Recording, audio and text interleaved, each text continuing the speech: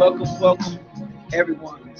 You're tuning in on another perspective on www.intellectualradio.com. Well, I'm your host, Chris Davis. I have a couple of other panelists with me. To my immediate left, we have Maurice Walls, aka Maurice Walls. What's happening, everybody? What's happening? And Peace to my blessings. immediate right, we have Aaron Wright, aka Ace the Real. This is Ace the Real. You already know. It's crackling, stacking. All right. Well, we just gonna open up for yesterday. We was I was jamming on 103 Yeah, V103. And they was celebrating the life and legacy of the late great king of pop, Michael Jackson, who would have turned 59 years old yesterday. But so we're gonna keep on celebrating his legacy as we keep it going. And another thing I want to discuss about is the early back to school for our kids that's going back to school. So shout outs to our young kids that's already in school, and I already know that September 6th that's going to be back to school, but they already in school. So my son is already in school. He's a fourth grader now. Mm-hmm. And over the weekend we was celebrating DuSable picnic. The reunion of DuSable. 1999. Coach Fiolic, I see you on the air, brother. Thank you for class of 2001, even though it was only 8 of us, but still shout outs to my class 2001 DuSable Panthers. Now, what we're going to discuss about on the panel, we talking about the Hurricane Harvey. We're going to open up with some discussions about what your perspective, brothers. Hey, what's cracking? What's cracking like and stacking, everybody? It's brother Maurice Walls, aka Maurice Walls, and we're here at www.intellectualradio.com. And one of the things I want to mention about, as far as like with the hurricane, first of all, I'm very sensitive to the loss of innocent life. In addition to that, I just pray to God. I've been praying to God nonstop that God will bring calm to this storm. You know what I'm saying, to help these people storm through this storm. Because this is like, it's just terrible, man. I mean, 50 inches of rain one night. They're experiencing levels as I haven't seen in years, like 6-7 feet of rain. I mean, I actually saw a truck. Okay, a truck underwater. You know what I'm saying, like an 18-wheeler. I'm like, oh my God. Right. So I'm praying for them without cease. But here's another interesting is the whole political aspect behind it. We have to get into the politics. So Donald Trump, our president, again. Oh my God, this guy just loves being in the news. Right. When news of Hurricane Harvey first hit base, first landed, first touchdown.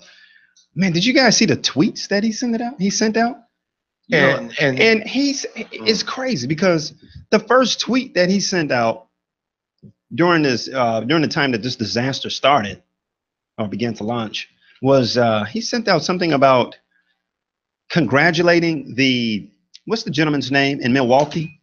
He's the sheriff of the police in Milwaukee. Yes. Yeah. So while this disaster is going on, the first thing that he tweeted was to congratulate the sheriff of Milwaukee. We call him a coon. Yes, we're saying that live on radio. But I can't think of his name. If you know his name, post it right now. You know what I'm talking about. The sheriff of Milwaukee. That he gave props. Right. He gave props to him because he wrote a book. His name is David Clark. Right, Sheriff David Clark. Thank you, brother Giacomo. Thank you so much. I said it right. Well, yeah. Shout outs to that brother. And thank you, brother. Sorry if we butchered your name, but thank you so much. Yeah, he sent a shout out to David Clark for a book. Well, you got people down here. Now, here's the thing. The first thing you're supposed to do once you reach that status of power is you're supposed to be engineering and designing a plan to save and rescue the people. Exactly. But here's my thing about it. President Slump, Agent Orange, President Slump, he knows that that Houston is 1/3 of Mexican population. Mm-hmm. Houston is very close to Mexico. And he also knows that, right, it's on the border. And he also knows that, Houston is one of those places, or Texas is close to where he wants to build this border, build this wall. So it kind of seems to me like he just out of disrespect and just out of, just being this privileged white man that he is. And once again, I'm pro-black, but pro-black is not anti-white. seemed like he almost did this intentionally because he feels like, hey, you know, it's 1/3 Mexican, and you know, they all anyway. And yeah, I don't know. I'm just throwing out conspiracy theories right now. But the thing about it is, but you brothers understand what I'm saying? Please feel free to chime in, Brother Ace. Well, you know, I look at that on a whole different level. Mm-hmm. He says them things and them racist things because, for one, he want to build that wall, but at the same time, I'm thinking as him right now, the devil's advocate, where the Mexicans is down there, maybe they all die and we could be able to build a wall.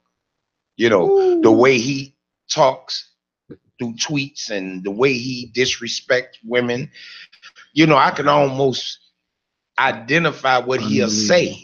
You know what I'm saying? Because he's a racist white man. Right. Now, it's like no more surprise. My thing is about that.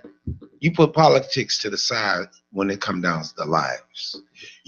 That's like what we do today. You put things, your enemy, you put things to the side when you have a fallen soldier or a fallen person that both played in our lives. But those people play in each other's lives every day because they live there. Absolutely. And here it is. Only time they start sending relief when the media start only putting out white people. I noticed that. You notice that? They only start sending relief down there when the white folks start getting on the camera. Now, but you haven't yet went to the neighborhoods, the ghettos, and see, you know, the people that's in wheelchairs, that's on Medicare, that's enabled, come on, brother, handicap. You haven't once pulled up a hospital. You know what I'm saying? Then on that note, you got Osteen, Pastor Osteen. Come on, let's talk. Man. Let's go. You know what I'm saying? I was waiting on somebody to say something about Pastor Osteen. Ooh. You know, Jesus on. Not getting off of Trump, but you got Osteen. He's on our TV waves, radio waves, internet waves, even in our Facebook. And where's he located in? Texas. Oh, okay. Here it is in Houston. Right? Houston. He got a Megalodon church. Megalodon. Megalodon. I'm saying that. Megalodon church that can at least house 20,000 people or more. And here it is. He put bolt locks and chains on his doors and said that his church is flooded. I'm gonna tell you something. You got all them seats up high. Say them people up high. You got to let them in. If that's the house of the Lord, the door is never supposed to be changed. God knows your heart. From what I heard, somebody been there, and the conversation was he had carpet with gold trimmings. And he didn't want his gold trimmings getting damaged. Absolutely. He want the gold to be tarnished. Right. But here it is, you getting all these people that's depressed, segregated, and humiliated, and they invested in your church by paying their tithes and all your non-for-profits. But here it is, you can't even let one single soul until the media got involved with it. That's when he want to come out with his little gold tee. Right. But when you see him preaching, he's glowing like he's Jesus. Right. The white savior. And you know what, Brother Ace and Brother Chris, that's interesting. Because that makes me think, did God talk to him about opening up that church? Or was it Twitter? Did he listen to Twitter talk to him about opening up those church doors? Because the first thing he said was, I think this was his defense. Go ahead. I think Joel Osteen, I think he said something to the fact that there was water that was around the church and they had to wait till they clear some of the water up. I don't know if Joel Osteen said this like directly, if he specifically said this, but his people, his affiliates and associates said there was water around the church and they had to wait for all the water to clear up to let the people in church. That's all. Wait for somebody to turn on the generators and the pumps to pump it out. Right. Because remember, his church is on a hill. Right. Hello. And when you make Megalodon churches like that, you already prepare for disaster. You have those astronomical pumps that pumps water out your basement and things like that. I'm a carpenter. Come on, man. Bro, can I please read some of these comments? Come on, please educate them, brother Ace. I got one that's funny. I want to read that comment. He says, Which one? Joel Osteen, he said he took a beating on Twitter. Yeah, he did. That was funny. Yeah, it went super hard on that. You got to man. understand. Check You got out. Go ahead. Oh, okay. Go ahead. I'm sorry. All right. This is Sister Yvette. Hey, Sister Yvette. She said he's a distraction. Yeah, he's a distraction. All right. We're talking about President Agent Orange, Donald Slump. Right. Then Sister Diaz Sanders says he and Melania, however you pronounce the word, look so awkward out there with the people. What's worse is that he treated it like it was a rally instead of a concerned visit for the affected Did areas. you see what she had on during the hurricane? Yeah. She had on some high heels. You know, right. High heels, like Now, being all fancy. now, I got a question. Tornado. You got these two people. Mhm. You got these two. You got a minister of God. Okay. And then you got the president. Osteen got followers all over the country. Over 40 million people watches his congregation. You got over that actually pay for his church. And here it is. You could not one time open your door and don't worry about the infrastructure. You worry about those people's lives, because if you are a pastor or a minister of God, it ain't about your church anymore. That's right. It's about Because that's supposed to be the house of the Lord, and them people out there is his children, right? Absolutely. Absolutely. And Trump, here it is, you are the commander-in-chief of the United States of America, but you can't even put on your boots and get out there and help. I haven't yet seen a president pick up a shovel, pass out a tray of food in a disaster on, unless somebody, your secretary and advisors advise you to do it. You supposed to advise, your heart supposed to be advised by the Spirit of God to go out there and do what you got to do. Facts. You know what I'm saying? Absolutely.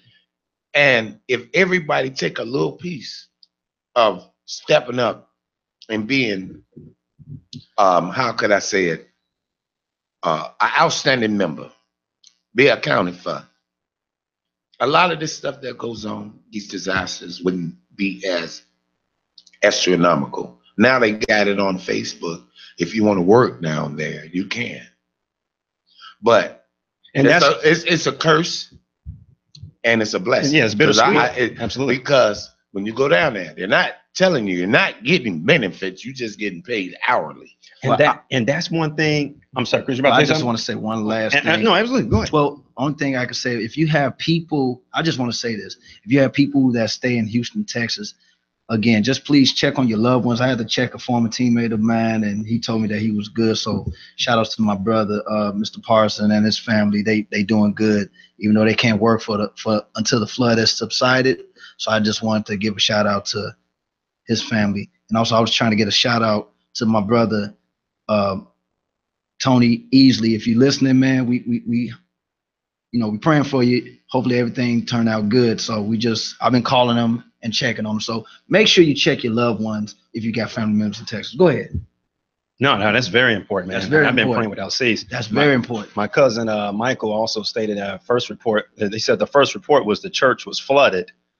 That turned out to be false. Here's the interesting thing, and thank you so much, cousin Mike, cousin Diaz, sister Diaz, hey Tamika, and everybody is chiming in with us right now.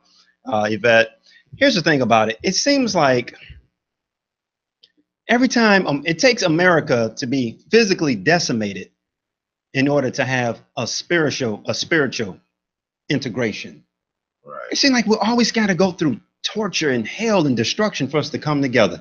How come we just can't be together now? Because you know why? You got envy, greed, jealousy, racism, discrimination. You have retaliation. When you got these greedy folks that's out here, that's running these states and running these neighborhoods, they have to get a word to move. You know what I'm saying? If they jump out there, they'll get prosecuted, or they'll be struck down by their party. Now, but didn't nobody really chime in when Obama and his whole family went down there and fed them people? Hello. He didn't go as our former president. He went down there like Barack Obama, the family man. You know what I'm saying? That's but what they it didn't is. put that all on TV. They gave them 3 seconds to show all of them lined up feeding people. If we are about community, don't start being about community when it's pertaining to you. I can't stand that. And your family. You aren't the only ones out here suffering. You're not the only one that got trials and tribulations. But what makes it easy when we all band hands together. Like now, we doing this radio station. If I say, can y'all bring me a canned good to my address and put it in front of my door? How many people on this Facebook Live or who listening to us now will really take it upon their heart to put one canned good on my front porch so we can box it up and send it out? Or if I wish to say, let's do a GoFundMe for one of the poorest neighborhoods down there. Where's our correspondence? Where is our connection and communication, since the bigger media wouldn't give us that type of format? Absolutely. Let's start talking about the communities and the people that's suffering. Let's start pinpointing out those people. And then when we get through helping them, then we turn on the people that's actually running things. And then we demand the respect and demand the care. Now, where's FEMA at now? Since they sitting here getting all this money, FEMA. You know what I'm saying? You'd rather for them to die and make 1 million coffins and bury them in some swampland than to go down there and help them. You ain't heard nothing about that. What about the National Guards? What about the Marines, the Army, the Navy? Mr. Donald Trump, your boy, I almost called him something. But you know what I'm saying? But at the same time, you know, where you at? You too busy walking around with Manali like she's a top flight model of the world, Craig. With high heels on. With high heels on. I'm gonna tell y'all this, people. Donald Trump is the epitome of white privilege. Right. That dude is the epitome of white privilege. The things that he does and he says, and you know, for people to even vote him in the office, all you did was just vote in a guy who is successful at bankrupting casinos. And he's a businessman. So you just basically we just voted in. We didn't vote for him, but Right. you just voted in a gambler, and all he's gonna do is gamble your away, life. gamble away. And here it The is. USA. Now he didn't part. That should be his t-shirt. You know, gamble this away, disaster, USA. You got this disaster. You got Korea throwing bombs over China and all of these, Japan and all of this. You starting all this chaos. See, I'm gonna tell you something about this weather. You're right, cousin. It's a God, and God don't like ugly. And I look at it from a spiritual sense. I might be wrong. It's just my perspective. I like that. You know what I'm saying? You also got to understand Texas is one of the racist places in the world. It sure is. Fort Hood, I thought named Mississippi. after a Confederate Yeah. soldier. You know, it's in My right first before military base. the storm. Remember, they had the race war and they was tearing down them statues that was down there in Texas. You know, and when you teach hate, you demonstrate hate on other indigenous people and Mexicans and Poors and whatever. If you ain't making 65, 75,000 a year, God gonna wave his hand. That storm went through that state for a reason, to clean it up, cleanse it. That state got a new baptism. That's what I get out of it. Yes, it was a lot of people that passed away, and I don't wish death on nobody. But when you got a government that's racist and it's blatant and it's showing it through the media, it's showing through the airwaves, it's showing through your everyday living, this is what you get. That's right. You know what I'm saying? Just like a few years ago, we had a deep frost. Couldn't nobody go outside. I remember that. Tell me, You know when what the I'm saying? snow- when the Because snow they was know like 5 feet Chicago high. is, you know, Right. the killing and all of this, you know, and things is going on in Chicago. Hey, Darrell. No. But you got to look at it on your spiritual side of it. You ain't got to be holy and thou, but if you believe in God, anything is possible. That's right. And if you notice, when that thing Real talk. swirls, it look like an eye. So he personally looking at everybody, and he cleaning your slate clean. Now you take this disaster, instead of, feeling pity, you feel that you're getting a spiritual cleansing. And now it's time to clean up your house, because all that materialistic stuff, you can get that 10 times fold. You got your health, you got your family. Hello. You got the ability to make it through. You feel what I'm coming That's all from? the wealth you So need. All day. now that you take that strength with your everyday life, when you feel, yeah, I'm in a hole, hey, it's nothing that I would not tell you. I'm my back against the wall, but you don't see me feeling pity. It's friends that I had that ain't my friends no more because of other issues. That's not my problem. I did what I had to do. I said what I had to say. I prayed up on it. You can't have hatred in your heart if you think you're gonna grow. You're not gonna grow if you're hating everything. You're burning your energy. You're hurting yourself.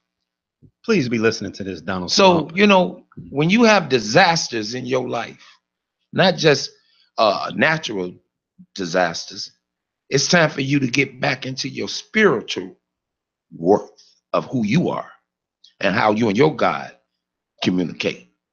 I tell everybody every day, me and my God communicate differently how he talks to you. That's my home father. Like we say, homeboy, that's my home father. He know I'm a fool, but he gonna walk me through the gorilla in the midst, and as long as I don't fall, I'm gonna go through those bumps and bruises. But when you stand up, like my coach Fiola used to say, ice it. Bumps and bruises, ice it, because it's gonna heal. And when it heals, you get stronger. When you get a cut on your arm and it heals, that skin is stronger than the other parts of your skin. And you learn from it. You learn from your mistakes. I like that. So that's all I had to say about that. Man, I so eloquently stated and so eloquently put, because right now we are going through a storm. The United States of America. Look at the leadership, Right? Look at the administration. Look at how. I mean, this brother Kaepernick, who, by the way, we're going to talk about this later on, who may be getting signed by the Broncos. But at any rate, how brother Kaepernick took a knee against the American injustice system and created a storm. Yeah. And basically, ultimately what he did was he just brought the skeletons right back out of the closet. Everybody just, and it's interesting how, what did the brother say? The rapper, what's his name? The rapper who made the song, "This is the sound of the police." Woo, woo. That's BDP. Right. BDP. And he said something. He said, where did all those sheets go? At one point, it was like we had like 4 million members. Well, not we, but this country had 4 million members of the Ku Klux Klan, right? And eventually, they, I guess, they dissipated or infiltrated the police and infiltrated our legal system and everything else. In the justice system. But he said, man, where did all those sheets go? Where did all those sheets go? They never went nowhere. They just took the sheets off and blended in with the other people. Absolutely. They politics, lawyers, doctors, so the point of police officers, absolutely. So all day. So that ties into my point. The point is, what's going on right now is just a resurfacing of a storm. And what ties into how it ties into what Brother Ace was saying is, when we go through these storms, this is when you establish or ascertain a relationship with God. Not that you're not supposed to have a relationship with God before the storm. Now, please, people, now listen to me carefully. Do not wait until the storm to have a relationship with God. You know what I'm saying? Build your relationship with the God now. Pray without cease now. Because when that storm comes, God is either going to deliver you from the storm, or he's going to give you the power to storm through the storm. Right. Hey, check this out, man. I want to make a real quick segue into what you guys think about that manufactured fight. You talking about Mayweather? You know what, bro? I got my opinions, but I want to hear y'all opinions first. Yeah, it's all buttered down. It's all entertainment. You know what I'm saying? It's entertainment. Yeah, it's entertainment. It's hype.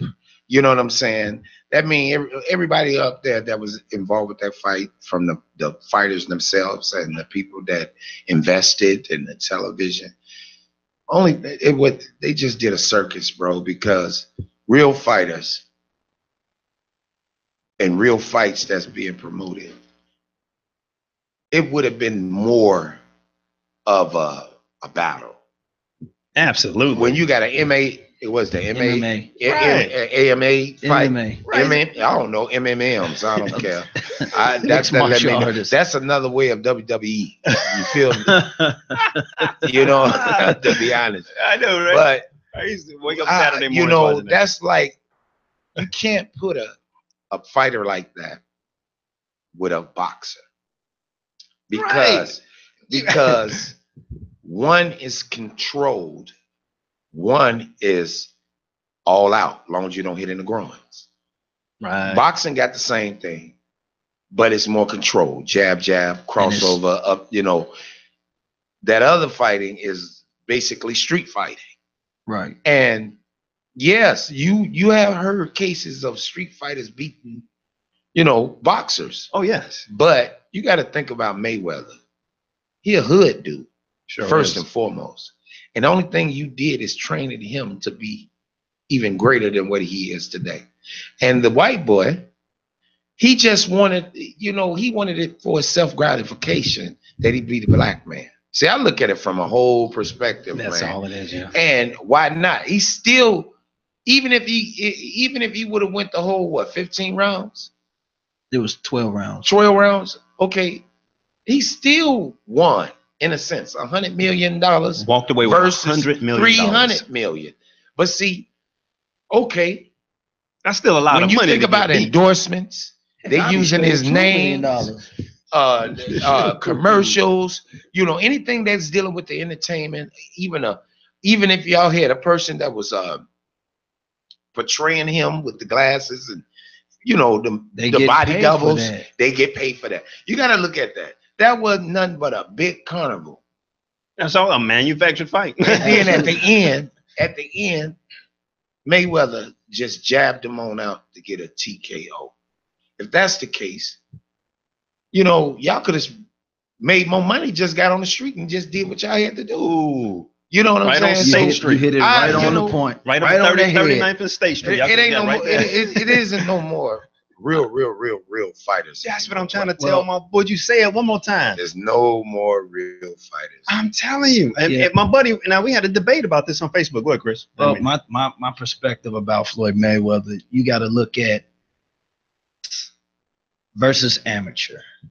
See, Floyd is an experienced fighter. Absolutely. You know, he goes toe to toe each round. The first round was like, okay, he had a strategy against McGregor. Right. Yeah. So with him, with the boxing, he got wore out after what, the fifth round? After the fifth round. And everything else, Floyd just took over. Why? Because that's like He has Ludo fighting Popeye. Right. Yeah, I mean, he has more endurance. Is a bully, you know, and that's what McGregor was. Yeah, you burnt more of your energy screaming, screaming. And then Right. I got one. I'm gonna animate what he did. Hold this phone. This is what he did in the ring when he was doing this. What's this? That's his way of getting loose because he know he. What's that? I mean, That's all? like that song what's Wayne all used this? to make. Remember that song Wayne? He was doing What's a snake. goon to a goblin? Right. You know what I'm saying? He was the goblin. Now look, I got one else. I was doing Uber. What was this Sunday? And so I picked up this Uber driver. Yeah, I picked up Multi-talent. this one white guy, and he was just so upset. He was like, "Oh man." He was upset. Yeah, he was upset because he couldn't believe that McGregor lost the fight. I'm like, come on now, like you betted your whole rent money, like seriously, like I mean he said he lost about almost $2,000. Whoa. Yeah, I'm driving. I'm sitting. sitting there like I'm just laughing on the inside, like man, I feel could have your just pain. told you like, bro, like that was a waste of your money. Like, why would you bet against an experienced boxer? Right. Because he has more endurance than McGregor. Yeah, I said it. Mhm. Yeah, and you know, and I hate to get into my feelings about this, but I'm gonna get real personal. I'm gonna give you a real perspective so everybody that's continuing to chime in with this. Give us your perspective, Sanders audience, $2,000. about Floyd Mayweather. Yes, $2,000, Mr. Sanders. Yes. No, sister. Oh, Sister Sanders. I'm sorry. But yes, $2,000. He lost his rent money. Yeah, he lost his rhythm. Yeah, I said it. But the thing about it is, man, you know, Floyd Mayweather, I appreciate the fact that he's a, you know, whatever, 50-0, great boxer, you know, take my gloves off, take my hat off to him, but I don't want to take my hat all the way off because I haven't got my hair cut yet. But at any rate, the thing is like this. For Floyd Mayweather to get up there and say, it was during an interview. At 40 years old. He said, yeah, I know, I box. This is what I do. You know, I do it for the money. Sometimes I do it for other motives or whatever. But he said that, you know, please don't call me African American. Just call me an American. Right there, man. That kind of stuff. Because you know what? Because once you to pass, when you pass the $50 million mark, you're not black anymore. Whoa, say that again. Say it again. When you pass the $50 million mark, okay, you're not black anymore. Then what are you then? You know, you what it is, you didn't got a free hall pass through the white mentality. And now you forgot who you are, because now you just this national icon of a fight. You're just a fighter. So that means they computerized you to even shut off who you really are. Ooh, as a human being. You've been programmed. You've been programmed. You know, don't tell. You know, you got advisors in your ear. You got your manager. Hey, you ain't got the program. Your agent, black. all that. That's why we call this a radio show, not a radio program. You know, because we're not trying to program you. We're not. We unscripted. You know what I'm saying? That's right. It's so for him to say baby. that, check this out. But for him to say that, that means he's shunging all the history that he has of how he got to where he is. Ooh. You see what I'm saying? You listen to Mayweather? He's closing his mind off that he had to eat oatmeal some days, syrup sandwiches and egg sandwiches. You know what I'm saying? Hello. That what built you to who you are. Now you over 50 million. Now he's at $500 million. What Brother Ace is trying to say, people, if you having a hard time interpreting this, you know, as they say in church, you know, we're going to pray for interpretations. Well, I won't be your interpreter. What Brother Ace is saying is just because you got a lot of money does not mean that you are exempt or saved or rescued from racism. That's right. Because you see what they did to my boy LeBron James' house? Mm-hmm. Wrote the N-word all over his house. And that brother is worth hundreds of millions of dollars too. You are not exempt. Okay, for all you Tiger Woods people talking about you 1/3 black and 1/3 Chinese and 1/3 this, and I mean, wait a minute, where do you get all this 1/3? But it always said 10%. You know, 10% of black blood, you are African American. At the end of the but day. at the end of the day, that's the thing. At the end of the day, that lets you know when you have privileged black people. Oh, do you have a few privileged black people? You got a lot of them. You got Oprah, Michael. Okay. You got Tiger Woods. You can Kobe. He was privileged because he wanted to be like Mike. You know, you got all these people. I could keep going on. Magic Johnson. You even got the Fubu brother. You know what I'm saying? Right. What's his Damien? Yeah, for Fubu. Yeah, I know he's talking about. Now he's privileged. You know, anybody that got over 50 million or better, they privileged. The Beyoncés, the Jay-Z's. The Jay-Z's. They, you know, now that's where you got the house nigga versus the field nigga. There it is. So certain field niggas didn't make so much money. Now, they didn't went through their own trials and tribulations to get to a certain point. Now, because they had the strength and they had God on their side to do these things, they forget where they came from. Where he came from. That means you're not gonna go back and reach back. A lot of this stuff can be curbed, especially out of each state. You can, if you count how many people is over 50 million in each state, it ain't no reason for the economy to be the way it is. Because if you were smart, dum-dum, you can go up under the Nonprofit Act and still get paid. Hello. Come on. You see what I'm saying? You can still go up under foundation and have to pay certain. You can't do non-for-profit all day. I can understand it. But if you were smart, you can do non-for-profit. That's real. That's not fake like Trump school. Right. You know what I'm saying? You show where your money is going. You give them a game plan. You give them a business plan. You let people, you hire people that's in the community to run those things. The Are only you all thing you listening? do is oversee, and you get the right people in your circle, you wouldn't have to worry about. You're not trying to make billions. What you're trying to do is ease people's pains and problems. And then on top of that, when you help others, how many blessings that you get? Because on the back end, something that you was trying to fight for might actually blow up in a good way, because you didn't already put your heart and soul in something and created something that was nothing. See, you got to be able to open your heart up to life. Life is what it is, not for what it does, because it don't do nothing for you unless you do it for yourself. I'm done. Yeah. I want to read a comment from Sister Val. Hey, Sister Val. She said, money only changes your location, not your race. Ooh. And another one I like what she said, stop that Will Lynch mental. That Willie Lynch mental. Yeah. Right. So I like that. Shout out to Val. That's the Willie Lynch theory. Yes, absolutely. And that's what they did. Yeah. So what it is, you putting the black face on it now.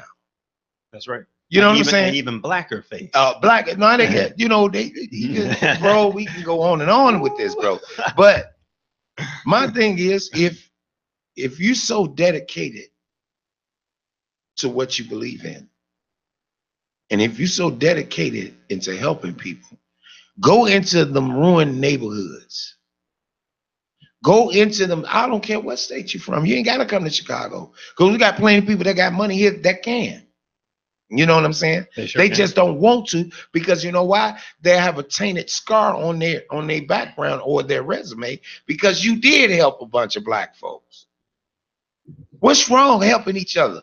When them white folks be hurting and they need our assistance, that mean our blood, sweat, and tears when we sitting here fighting these wars and we don't get no honor and no dedication. They got to be half dead to get an award. That's terrible. So come on, man. You need to do something better than that. I mean, come on. Way better. You don't have to be a scholar to know common sense. Absolutely. And it's the money, man. The money makes you assimilate.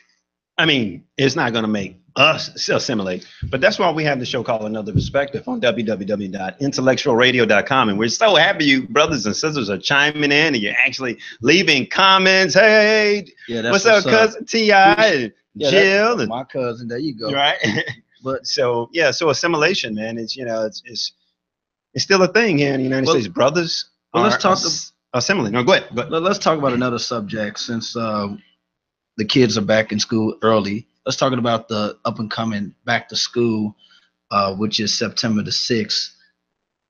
Next month we only got like a less week away for our kids to come. So I was thinking maybe we can chime in with me. I was wanting to talk with my other stylists and my barbers to give away some back to school free haircuts for kids that's from. They not getting no fancy haircuts, just even all over, just going by their business. Bro, don't do that.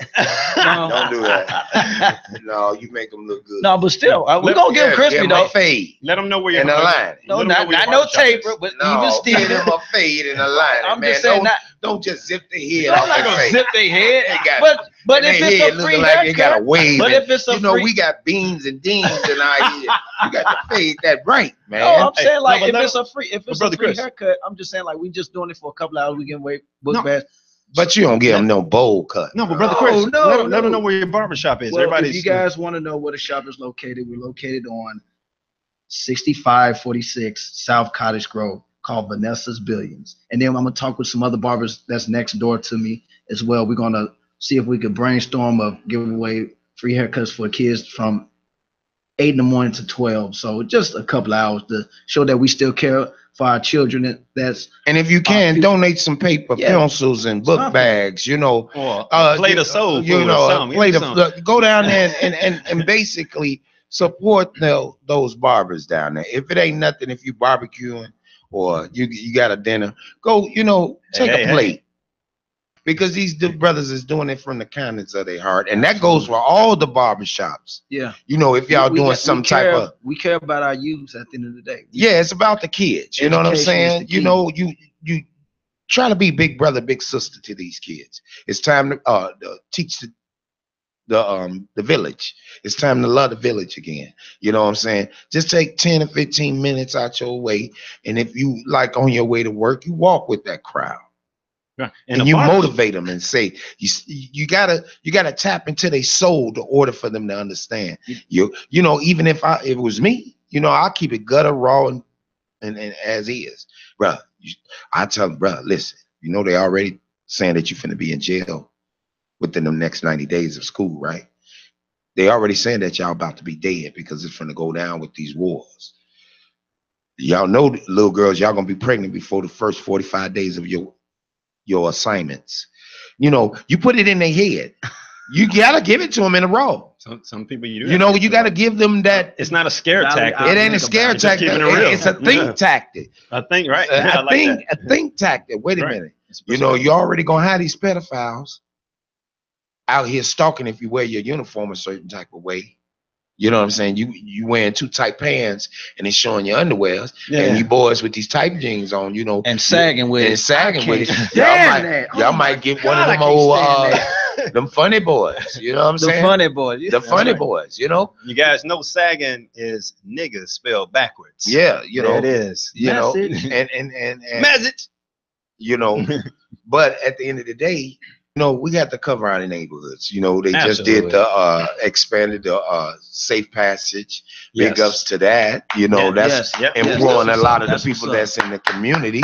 You know what I'm saying? But let's go further than that. The people that didn't get hired on, just step outside your door. Go to the corner where the school is at. You know, just keep an eye on your alley. See who's in your alley. You know, if they got a vacant lot beside you, a vacant building beside you, go check that. Go get some nails or something. Take some of the old wood out your crib and try to secure it. You know what I'm saying? These are safe havens for people to go smoke their weed and pop their pill and drink their lean and, you know, the animal tranquilizer and the rhino juice, all that. You know what I'm saying? You know, we don't want to see kids abducted and dead in one of these buildings anymore. We don't want to hear about kidnappings. We don't want to hear about little John went over there on the lakeside or on the low end or over there and blew some little girl head off because he was talking to little Minnie. You know what I'm saying? We don't need that. Let's start off the school season fresh, on point, more educated, more fired up than anything, because at the end of the day, the Board of Education got that $300 million, so y'all better use it. You better use it. Take advantage of it. That's why education is what? Key to success. Yeah. Governor Rauner, I mean, you know, he signed this, you know, try to make this bill into action, try to make himself look good, but spiffy. He can't relate. And he can't relate because here it is, you got this guy who's a multi-millionaire who doesn't know anything about living in an inner city, doesn't know anything about other ethnic groups. Another prime example of a privileged white man. And he can't relate to it. That's why when he went over to Chicago State University, to all my people, I graduated from Chicago State, so I got my bachelor's degree. Woo woo. That's why he got booed.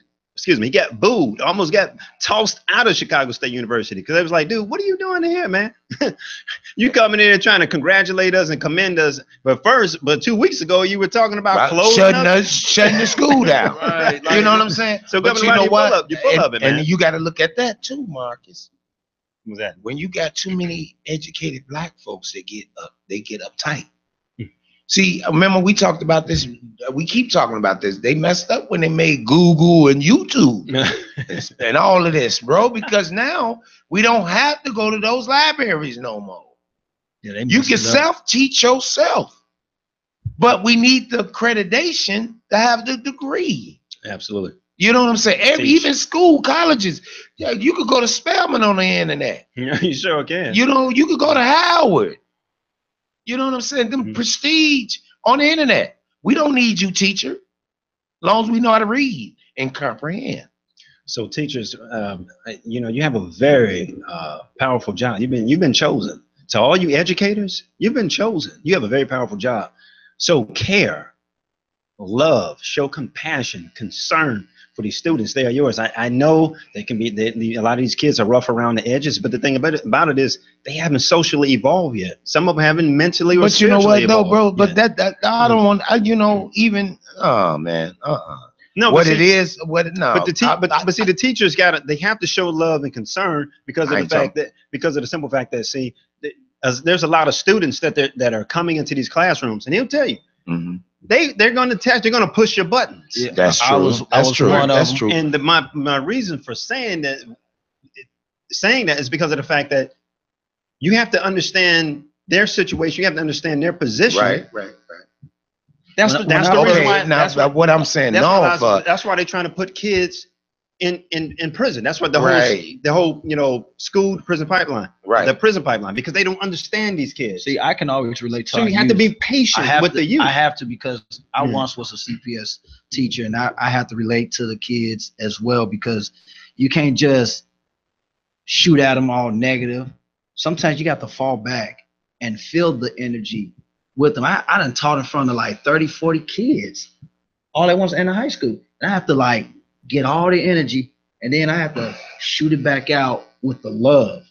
Right. Because once all you of that's back good with them, and then sometimes you gotta show them that tough love at the end of the day. Right. All of that is 100. What I'm saying is these teachers got to be more innovative. Yeah, absolutely. I'm talking about the teachers, not the students. I'm talking about the teachers. Right. They got to be more creative. That's what I was doing. You can't make class boring anymore. No. You got to tap into these kids' minds so they can suck it up like a sponge. We had some fun activities as well. I seen commercials where some of the young brothers that's teachers, they do little handshakes. Yeah, before they get the class. Pump up, showing them love. You got to be able to adapt to that person's ability to comprehend. You know what I did that motivated them? I was teaching English, I had them to do a 30-second commercial of their favorite, and just, mimic what they like and just put their creativity. Man,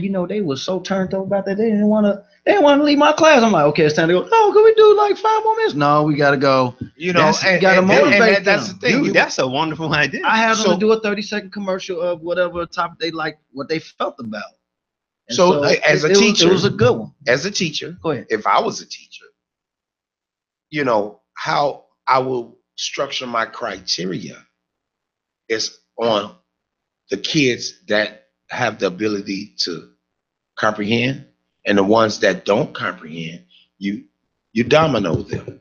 Right. You don't put a pack of kids that got dyslexia or shy to read or whatever. No, you put them in the mix with the people that get involved. And y'all have we used to have tables. We had 6 tables. Table. No, we had 6 tables in each corner or whatever the case may be. The way we had our structure. Well, I had my table round in a circle. Yeah, but we had the square tables, with your own thing. But they was together. You know what I'm saying? Right. And where they made the mistake at when I was growing up, they only focused in on the kids that had their own problems and put them in a room and just gave them criteria, which you could have took some of the gifted kids and grab some of the kids that's slower in learning, put them in a group together, made the criteria where they both can grab on it and congregate with it and be able to formulate their own plan. Now it's time to that was me. That was, now it's time to make the criteria to the point where it's accessible to them and they can grasp onto it. Make it fun, but make it so fun that they're going to remember it the next day. Right. Because you had them laughing. You had them involved. You had them doing presentations. Absolutely. And you motivate them every day, because this is how you do it. You come in with an A. That's just your attendance, and you made it to now to maintain this A. This is what I expect of you. And if you need help, you let me know, because if you coming at me and saying that you have a problem, that A gonna still remain, because you already let me know up front that you had a problem. So I'm gonna keep that A up there, and I'm gonna put my criteria, and sometimes give you about 10 or 15 minutes after class, so I can give you a little more directive on how to solve the problem or get the subject And Val said a good point too. She said, and it's also the parents' participation. Parents need to be more involved. And I agree with that. That's 100. Yes, they do. So you see, you never know what's going on behind closed doors at the house. You know. Read that. So also another shout out says, hey Aaron, that's what we have here in Coparas Cove High School. I think that's a high school. It's tough, but it works. So he actually can relate to what you're saying during the time when me as a former teacher, that we have to be more engaged with our students, because at the end of the day, you don't know what's going on behind closed doors. Right. At home. Right. You know, it could be they might have been an abusive. And you will be able to dictate that. Exactly. You'll see where because you can see it on their face. Yeah. Say for instance, you have a family where it's strict, right? You got the mom and dad is always screaming, right? And then you got this child here that you want him to get this because you know he can do it. He have the ability. But it's certain key words that you might say as a teacher that might trigger him into that seclusion mentally. So it's if you're supposed to pick up on it. You're supposed to use the adult, use a teacher. You had to go through all these classes. You had to learn a lot of stuff in order to get your teacher's degree or whatever the case may be, right? So you're supposed to be a counselor. You're supposed to be a psych doctor, you know, in some form or fashion, because you're with these kids at least 5 times out of a week. If it's all day in your class or segments, 45 minutes here, whatever. So you have to be able to identify, use your own common sense thinking, because you have seen it before. So now when you know that, you can nip that in the bud and still be able to teach them the criteria, because one thing you want to learn, we want these kids to do is trust you. Absolutely. And teachers. We just going to wrap it up shortly. So yeah, I just want to just make just one last point. Yeah. So just tying that into my original comment, teachers, it's all on you. We need you really to step up to the plate and do exactly what needs to be done in order to get our kids to the next level. And parents, you have to step up to the plate too. It has to be a collective effort. Matter of fact, we need the parents, we need the teachers, we need the ministers. We need the whole community. We need the engineers. We need the carpenters. We need everybody. That's right. Everybody. Even President Slump. Well, we only have 2 minutes left. What would you guys like to, real quick, let's get it in. I want to give a shout out to my boy Joe Tex. If I don't give him a shot, you know, he said he always be watching me. I don't ever throw him a shot. So I'm giving him a shout out. And I just want to thank everybody for chiming in and supporting our efforts in this radio show, IntellectualRadio.com. Another perspective. Y'all go ahead. Well, I'd like to give a shout out to Warriors Dojo and the barbershop and my friends and family for tuning in on Another Perspective. I'm Chris Davis, and to my left we have Maurice Walls. Finish this off. Thank you guys so much for chiming in. www.intellectualradio.com. This is Another Perspective. You're here with Maurice Walls, Chris, and Brother H, the Real. And come on back next week. Same bat time, same bat channel. Appreciate all the viewers. God bless you. Peace and financial increase. Peace. I want to thank everybody.